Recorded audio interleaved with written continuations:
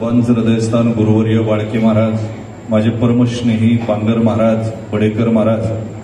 तो वडापाव कधी पाहत नसतो, ते रईस खानदान आहेत.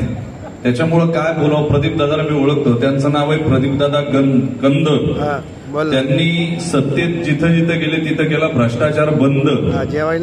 त्यांना हे समाजकारणाचा छंद आणि ती ज्यांच्या मागे उभे राहतील त्यांनाच लागेल यशाचा गंध. असे आहेत प्रदीप दादा कंद. मी काल परवा एक 4-5 दिवसापूर्वी एका मोठ्या कार्यक्रमात होतो. फडणवीस साहेबांचे पीए पळसकर साहेब यांच्या माध्यमातून फडणवीस साहेबांशी बोलण्याचा योग आला. तर 2 मिनिटाच्या बोलण्यात मला विचारलं, महाराज कुठं राहता? तर मी सांगितलं. तर त्यांनी मला पुणे जिल्ह्याची 2 नावं सांगितली. एक मंचरचे संजय शेठ थोरात आणि पुणे जिल्ह्याचे अध्यक्ष प्रदीपदादा कंद. ही 2 नावं अलीकडे म्हणजे तुमच्या पद्धतीनं, म्हणजे एखादे मुख्यमंत्री सुद्धा बॅकमाइंड मध्ये की इतकी नावं लक्षात ठेवतात, हे सुद्धा मला आश्चर्याची गोष्ट वाटली. आणि एक कर्तृत्वानं होत असतं. असो, मला विषय इकडे तिकडे न्यायचं नाही. खरं तर अभिष्ट चिंतनाचा सोहळा आहे. वय वाढलं म्हणजे वाढदिवस साजरे होतात असं नाही. मी वाढदिवस साजरे करणारे कैक पाहिले. तलवारीनं केक कापतात, त्या मेणबत्त्या फुंकतात, वेगवेगळ्या प्रकारे आम्ही वाढदिवस पाहतो. परंतु वाढदिवस म्हणजे हृदयाचं स्पंदन असतं. एका हृदयाचं पंपिंगची ताकद असते. 3 एकर क्षेत्र दररोज भिजवी एवढी हृदयाची ताकद असते पंपिंग करण्याची विज्ञानाच्या भाषेमध्ये.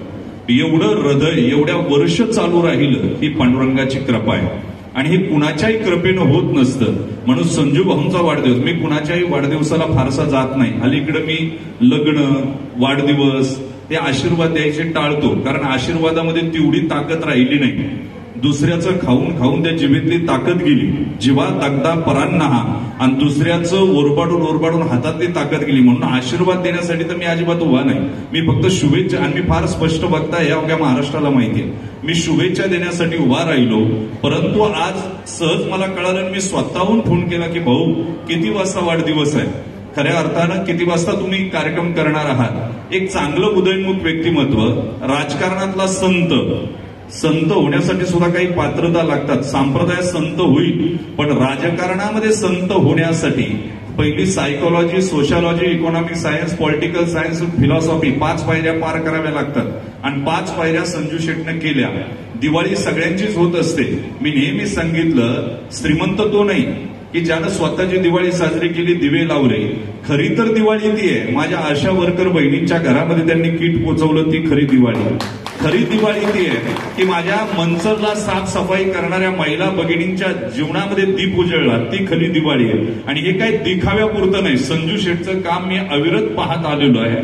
आणि जसं बोलतात तसं वागतात. म्हणून राजकारणामध्ये सुद्धा एक वेगळ्या प्रकारचं वलय संजय शेटनं निर्माण केलेलं आहे. तरुण पिढी निर्माण करणं, तरुणांना योग्य मार्गदर्शन करणं, आपण जिथं राहतो तिथं सर्वांगीण घटकांचा विकास होणं आणि मंचर नावाच्या शहराचा पाठीचा कणा ताठ राहणं, हे अविरत काम संजू शेटनं केलेलं आहे. आणि म्हणून त्यांच्या काही इच्छा, आकांक्षा, अपेक्षा असतील, खरं तर मी म्हणून जाईल की आजचा वाढदिवस हा फक्त शुभेच्छांचा नाही, हा केक कापण्यांचा नाही, तर खऱ्या अर्थानं संजू शेटची भावी स्वप्न पूर्ण होत. आणि मी शुभेच्छा याच्यासाठी देण्यासाठी उभा आहे की साधकांचा मायबाप, चिंतकांचा चिंतामणी, विठोबाचा प्राण सखा आणि ज्ञानियांची संजीवनी, योग्यांचा मुकुटमणी, कैवल्याचा पुतळा, विश्वमाऊली ज्ञानोपराय. आणि खिशात नाही धान, समाजात नाही मान, घरात मोडकी गाठ, पाणी प्यायला फुटका माठ, शेवटी वैकुंठाची वाट. आणि असा ज्यांचा परमार्थाचा थाट, ते देहूचे निवासी जगद्गुरु तुकोबाराय. रुक्मिणी रमण पंढरीश परमात्म्याच्या चरणविंदावर प्रार्थना करतो की या नवीन वर्षाची सुरुवात संजू शेटच्या हातून समाजाचं, देशाचं आणि नवे नवे गावाचं ये मायभू तुझे मी फेडीन पांग सारे, तुझ्याच आरतीला आणि न चंद्र सूर्य तारे, असं काहीच जीवन त्यांचं व्यतीत व्हावं. मग त्यांच्या अपेक्षा, जरी आरक्षण काही पडलं असेल, मला राजकारण हा माझा पार्ट नाही, परंतु प्रदीप दादाने सांगितलं की सगळ्यांच्या अपेक्षा भंग होत राहतात, पण भंग झालेल्या स्वप्नांवर सुद्धा जो विजयाचा झेंडा रोवतो त्याला यशस्वी नेहमी योद्धा म्हटलेला आहे. आणि तोच योद्धा आयुष्यामध्ये काहीतरी करू शकतो.